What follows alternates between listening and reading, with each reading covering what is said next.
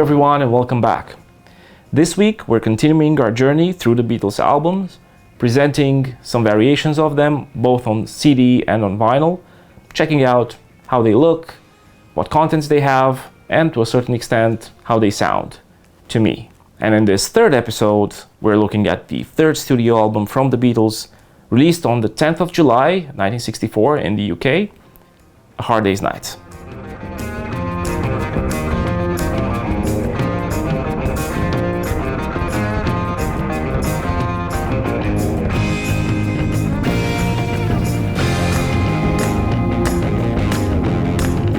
Of course, this was also released as an album in the US, better said as a soundtrack album a few weeks earlier than in the UK. The US version only contained 7 of the songs of the final Hard Day's Night album from the UK, and those 7 songs were presented both in their regular version but also as instrumentals. The US album, of course, was intended to prepare the US audiences for the release of the A Hard Day's Night film, which happened on the 6th to 7th of July of 1964. For today, we have a few things to look at. So we have a couple of pressings of A Hard Day's Night, the album, the UK version of the album. We have a few CD versions, the one from 1987, so the original CD version, the stereo and mono versions from 2009, as well as I thought would be a good idea again to look at the US version of the album, even if of course it's not a perfect copy of the UK one, but I think it's relevant for our presentation. So again, let's start chronologically, and obviously we're going to start with vinyl. The first pressing that I want to show you, and the earliest one from my collection at least, is this 1976 pressing from the UK. So UK pressing in stereo. Quite standard front and the back as well. This was a version that I got after I was not super happy with the second version that I will show you in a few moments. And this one was one of the stereo ones that was considered to be a pretty good sounding one, and it does sound quite good. I was not super happy with the condition. It was supposed to be near mint. I think it's more close to very good plus. It has some surface noise here and there, some distortion on some of the songs. It might not be necessarily the condition of the disc, but the pressing itself, I'm not really sure, but it's a really, really good sounding pressing. The condition was good for the cover as well. I would say it's around very good plus. The only thing is that this it has this mark here that looks to be from some, adhesive band or something. It's kind of a different color, but otherwise looks good. It does have some ring wear. Not sure if you'll be able to see it in these images. Probably better visible on the back, just a little bit, but yeah, otherwise looks quite good.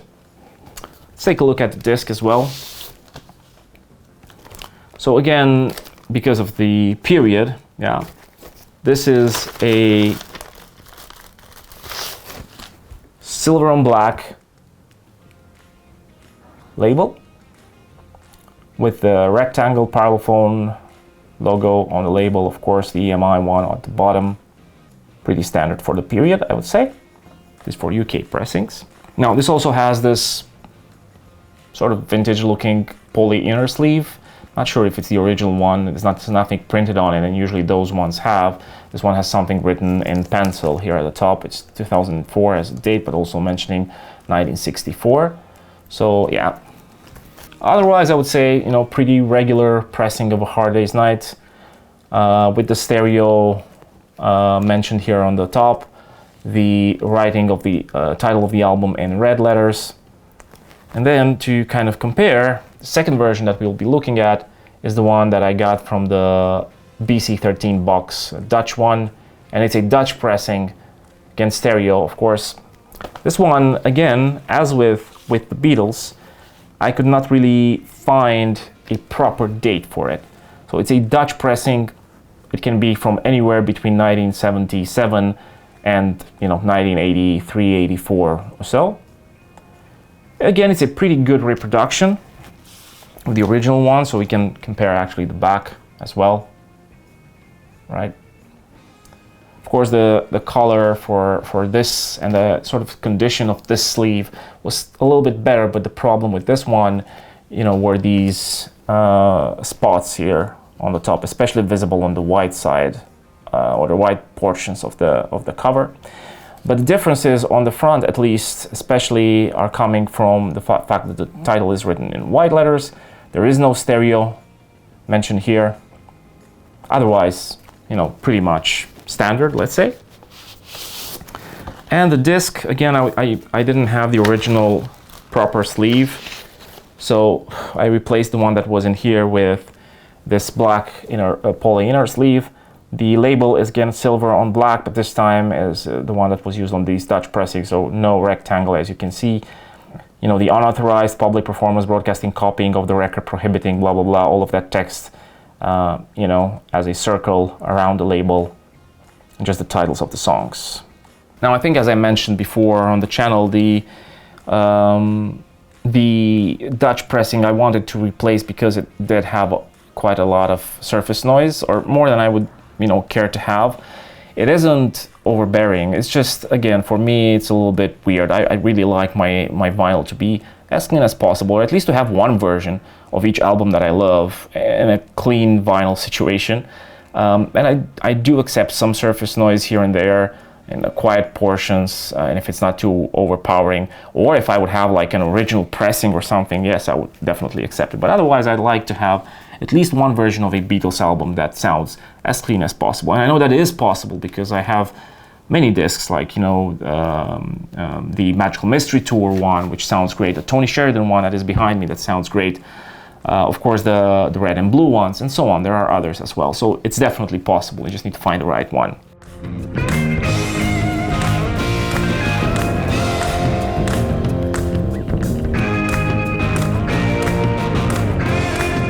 Now, when it comes to CDs, let's again start with the 1987 release. This one's a little bit more interesting than the previous two that I showed. So again, it is mono. The first albums were released in mono. So the next one, which will be Beatles for Sale, will also be in mono.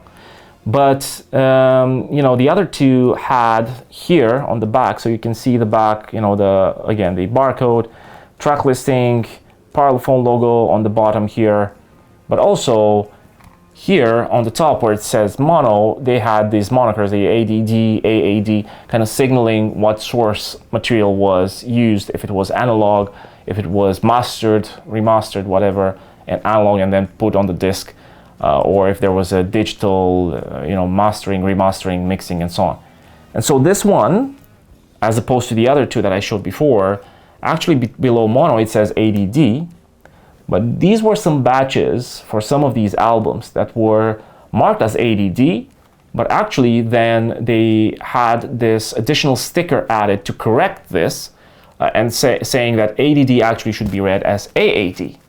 So in fact, this is not an ADD, it's an AAD, as were the other albums. And again, I will take out the booklet, and we have the explanation here on inside, right? About what each of these mean. Basically, DDD is the digital tape recorder used during session recording, mixing, and or editing and mastering. So basically everything is done through digital. ADD, which is the one that appears on this disc but is not in fact ADD, at least on the cover, the outside cover, mentioned that the analog tape recorder was used during the recording, but then digital was used for mixing and mastering. And of course the AAD, like I said, for the others as well, means that everything was done with analog machines, so I mean, analog recording, analog mixing and mastering, and then it was just remastered or brought on for CD. Let's see the booklet as well, since we brought it out. Similar to the others, you know, the title and then the track listing. You have the Tony Barrow notes again reproduced, and then these details about the CD, the compact disc, and all of those ADD, AAD monikers that I mentioned. And of course these pictures on the back. Now, another important thing to look at is the disc itself, of course. Again, these silver with black lettering from the late 80s, early 90s, pretty nice. I mean, I kind of learned to love these ones as well. So I love the new ones because they were producing the labels, but I do love these ones because they give this kind of vintage feel, and they also sound pretty good. It's important for this one, especially regarding this AAD, ADD thing, is that the disc itself, which says that it's made in Germany, actually has AAD, so it has the correct stamping on it. So just the back cover was the problem for this one, it seems. The next one, a 2009 stereo CD from the box set, but also released independently, of course. In the digipack, you know, all of this, I kind of showed it before with the white band in here, you know, the fold-out digipack. The nice looking fold-out digipack, but the bad way of folding the disc in here. Let's take the disc out as well. You will notice, the ones of you who have watched the previous videos, that I removed the Japanese style inner sleeve. And why? Because despite my best efforts, having those sleeves fit into this pocket here apparently was not a very good idea. The sleeve was pretty close to the disc. It was always you know, rubbing against it, and it tends to leave some residue. And so yeah, if you don't have the proper space to put a sleeve on this disc and to put it in the digipack, may not always be a good idea, unfortunately. Fortunately, these ones are quite widely available, so you can replace them easily, but of course nobody wants to do that. Again, the yellow on black Parlophone label, and of course the very nice informative booklet. Just take a look at it as well. Let's see, we're starting again, pictures. Again, we'll have the Tony Barrow notes. It's similar to all of the others, the pictures, or extra pictures if you will. And then after the Tony Barrow notes from the original sleeve, we have the historical notes, and then we'll have the recording notes as well, as for the others, the other albums in this set. And it all closes up with this pretty iconic picture from the movie. Now let's move on to the mono CD from 2009 from the mono box set. Of course, again, looking really nice and slick with this glossy front of the sleeve, and then of course the flip backs, the very small text but very nicely reproduced, nice miniature if you will. And let's look at the disc, and of course the inner sleeve reproduction, paper inner sleeve reproduction.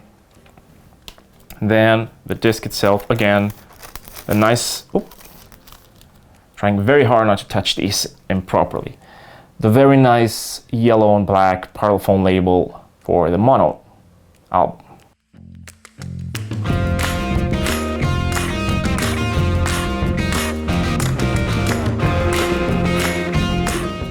No Russian bootleg or Russian unofficial release for this one, but we do have, as I promised, the US version of the album released on CD as part of the Beatles US Albums box set from 2014.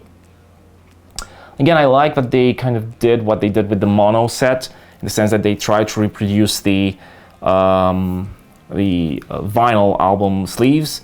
Again, I'm not sure if this is faithful to the original.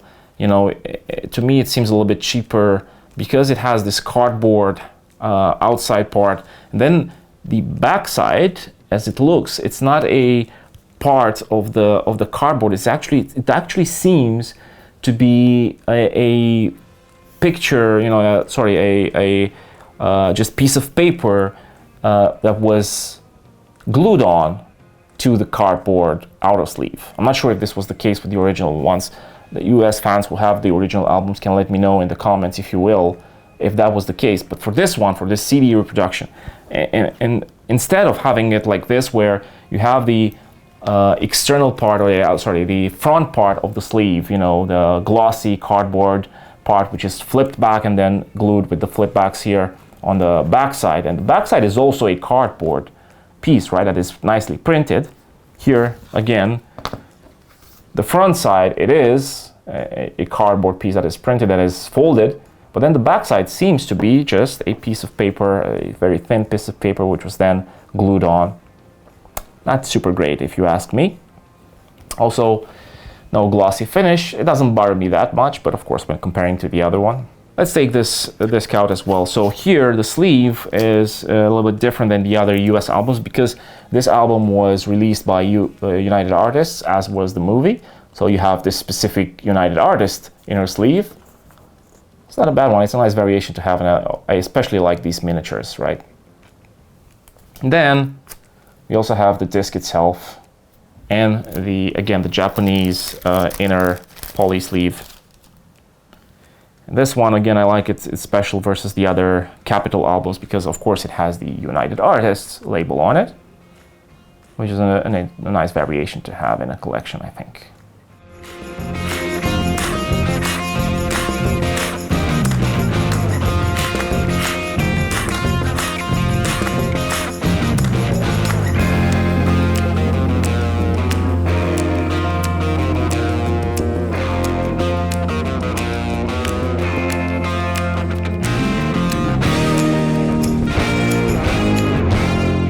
Now, although I did this chronologically, I didn't manage to show everything. So in the vinyl side, again, as I did with the previous episode with the Beatles, I'm also including this Beatles Box, sort of disc 2, volume 2 from the Beatles Box from Liverpool compilation set by World Records. And this is because, again, I found that this containing quite a few songs from Hard Day's Night album, that it actually contains quite a set of nice sounding versions of some of these songs, and I actually prefer them to the albums, even to the UK pressing in some of the cases, you will see. So I wanted to include this as well. Of course, chronologically I should have showed this a little bit earlier in the video. This is 1980. Again, UK pressing, Harry Moss's initials being etched in the Matrix run out, so pretty nice pressing at that.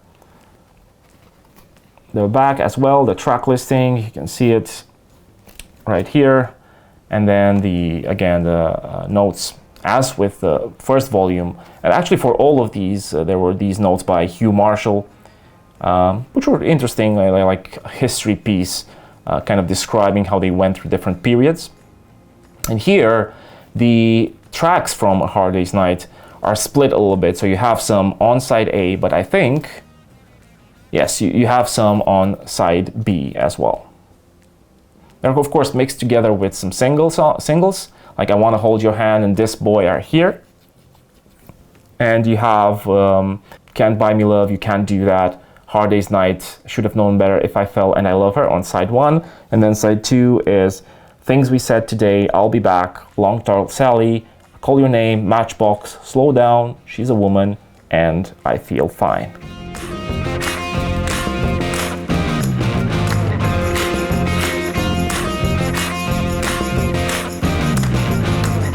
Now, of course, no Hard Day's Night collection, even if these are all musical albums, is not complete with actually the Hard Day's Night movie. And again, I want to show this. I'll share in the description as well the link to the video where I presented the Beatles movies on Blu-ray. This is the Criterion collection for A Hard Day's Night, the one that has the HD, let's say the full HD Blu-ray, and as well a DVD with the movie and with the special features, with a lot of special features, a booklet. Again, I showed it. I will share the video in the description. I wanted to show this as well, not only in the context of A Hard Day's Night and the presentation of the albums, but also because it occurred to me that one thing I didn't mention in that previous video, which is that the Criterion collection is released primarily in Region 1, and so the DVDs and the Blu-ray will be region locked to Region 1. So if you are in Europe or any other region and you don't have a Region 1 Blu-ray or DVD player, you'll not be able to play these unless your player is region free or is Region 1 specifically. And so, yeah, in that case, please be careful. There is also a version with a 4K, with the Ultra HD version for the movie, and as a Blu-ray that is 4K. But that one has the special features on a second Blu-ray, which is just a regular full HD Blu-ray. And if you buy that one, for instance, I think 4K players in general, but especially PlayStation 5, for instance, will play that version of the movie that is 4K. So that Blu-ray that is 4K will be played regardless of the region. but it's still, PlayStation 5 still will not play the other Blu-ray with the special features on that edition. And from this edition, I tried PlayStation 3, 4, and 5, none of them will play it. So it only plays on region-free Blu-ray players or DVD players for the DVD discs, or on region 1 Blu-ray or DVD players. You know, you might be able to play it by using your computer. So yeah, I just wanted to mention that for people who are thinking of buying this and they are not maybe from the US. If you are from the US, or if you have a region-free player or a region 1 player, you are set, and this is definitely the best version that you can get. Now, let's talk a little bit about how these sounded. So I already mentioned, and I wouldn't have gotten this UK pressing, right, if I wasn't of the opinion that the Dutch pressing had some issues. The Dutch pressing itself is definitely not a bad pressing, right? It's a little bit noisy, the vinyl, and that may be because of how much it was used and played, but it's a very decent pressing from my opinion, so it sounded at least decent, if not pretty good.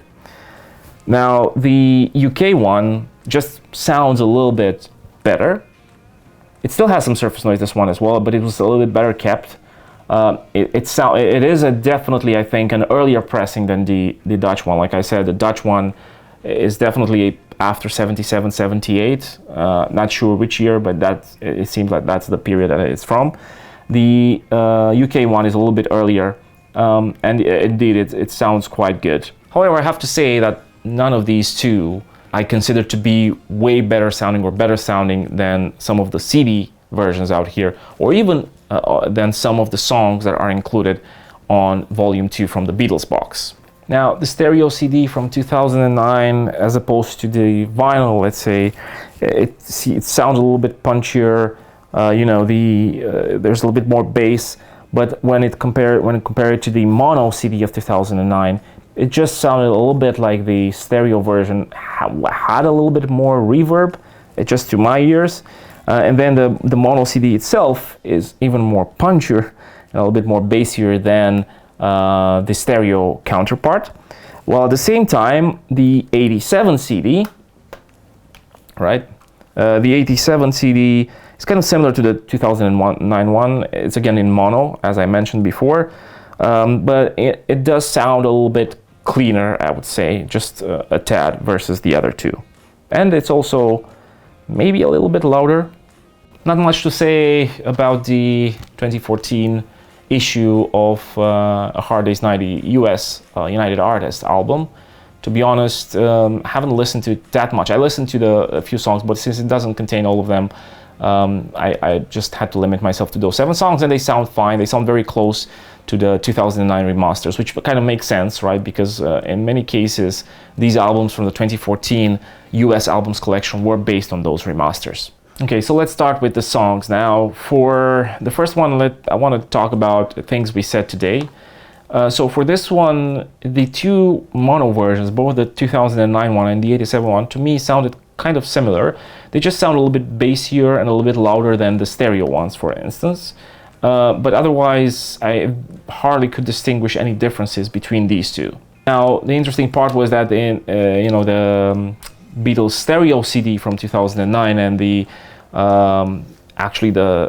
this disc from the Beatles Box from Liverpool collection actually sounded quite similar to each other. They had a little bit more reverb than the mono versions, but also the sound was much clearer on both of them. So I couldn't decide between them. I really liked them both.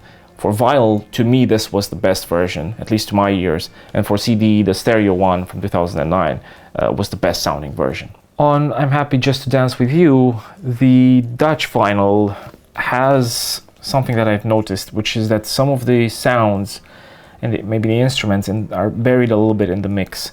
Not too much, that you can still hear them, but especially for the African drums, I noticed this. They were a little bit buried. On the UK stereo, that's a little bit better. And then increasingly so on the CD stereo version from 2009, things are getting a little bit clearer, and it's similar on the US version of the album, but the one that has sort of the clearer and more bumping version of the African drums in this song is the 87 mono CD. For A Hard Day's Night, well, this is one of the songs that's a little bit more louder and more alert, you know, with a lot of instrumental pieces happening very fast, top of each other, and it's a song that for me, again, has a little bit of distortion on this Dutch version, but it also has it on the others to a certain extent, less on the UK pressing than on the Dutch pressing, and then even less on the CDs versus the vinyl. The separation of the instruments and the different sounds, of course, it sounds the best on this 2009 stereo CD, but then again, I would have to say that my choice would lean more towards mono with this track, and for me, trying to choose between the two mono versions, the one of 87 and the one from 2009, was a little bit difficult. Kind of went with the 2009. It seems like it always has a little bit of the edge versus the others, but again, it's very minimal. It might be just an impression of mine, because I really had a difficult time deciding between the two. I Should Have Known Better is a song that in stereo sounds really good, and listening to these versions that I have in here, the UK is maybe slightly a little bit better than the Dutch one, but the Dutch one sounds pretty good as well. Ultimately, I still lean towards the CD as having a little bit more clarity when it comes to the sound.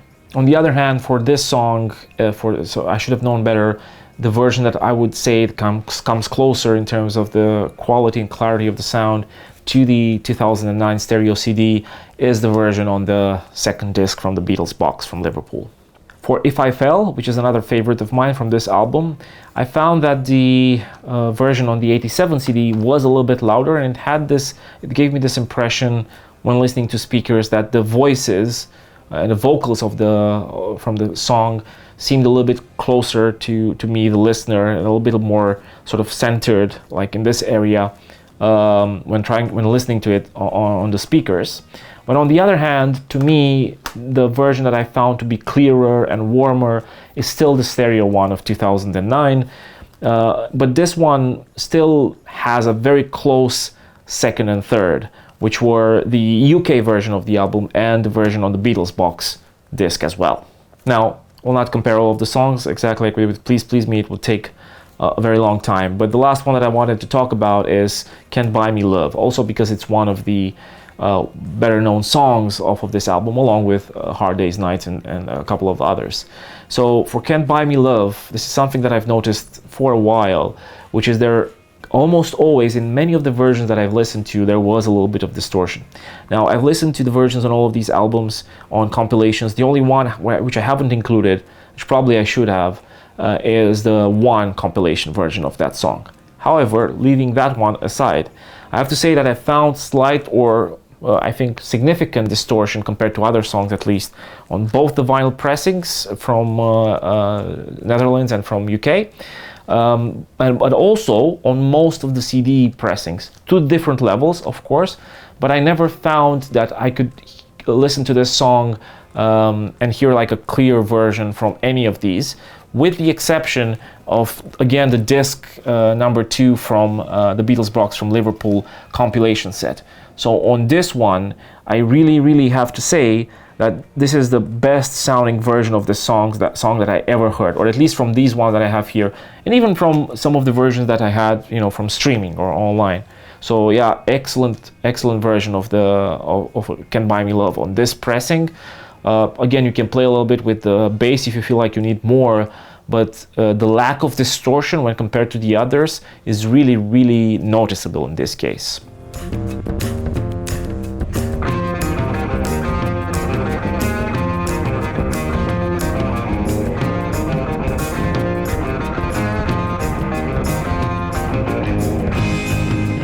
Okay, so concluding after all of this kind of mixed feelings about some of the songs, I can say that from the vinyl perspective, I would say that the UK pressing sounds slightly better than the Dutch one, but I found that in terms of the vinyl that I have, some of the best versions of some of the songs are on neither these two, but rather on this second disc of the Beatles Box from Liverpool compilation. Now, of course, if I were to compare with maybe earlier pressings from the UK or maybe mono pressings, those would be, you know, blow me away and will be way better than these ones, but I can't know at this point. When it comes to CDs, it is clear to me that the best sounding version overall is the one on the 2009 stereo CD, for me, of course. And if I were to kind of conclude which one of the whole lot is the best way for me to listen to the album, this is one that is difficult because some songs are on here that sound better on the maybe on the US CD, on the Red album compilation, and so on. But overall, I think the 2009 stereo CD, at least from what I have here, seems to sound the best for most of the songs. Like I said, Can't Buy Me Love, it's the Beatles Box all the way.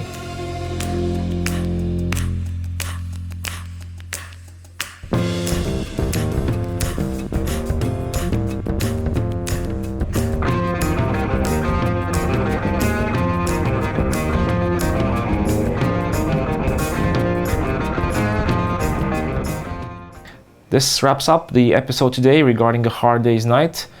I hope this was interesting to you, and I'm super curious again to see which versions of these albums do you own and you listen to, which ones from those do you prefer. Do you also find that some songs sound better on one version but other songs sound better on another version? Do you also think Can't Buy Me Love sounds a little bit distorted? At least for me it did so on most the versions of this album, CD or vinyl, except for this Beatles Box one. So let us know all of those things in the comments. I want to give a big thanks to the people who have subscribed to the channel, but also to everyone who is watching these videos, taking from your time to watch these and interact with us even. Thank you again very much for joining us, and I hope I'll see you next time.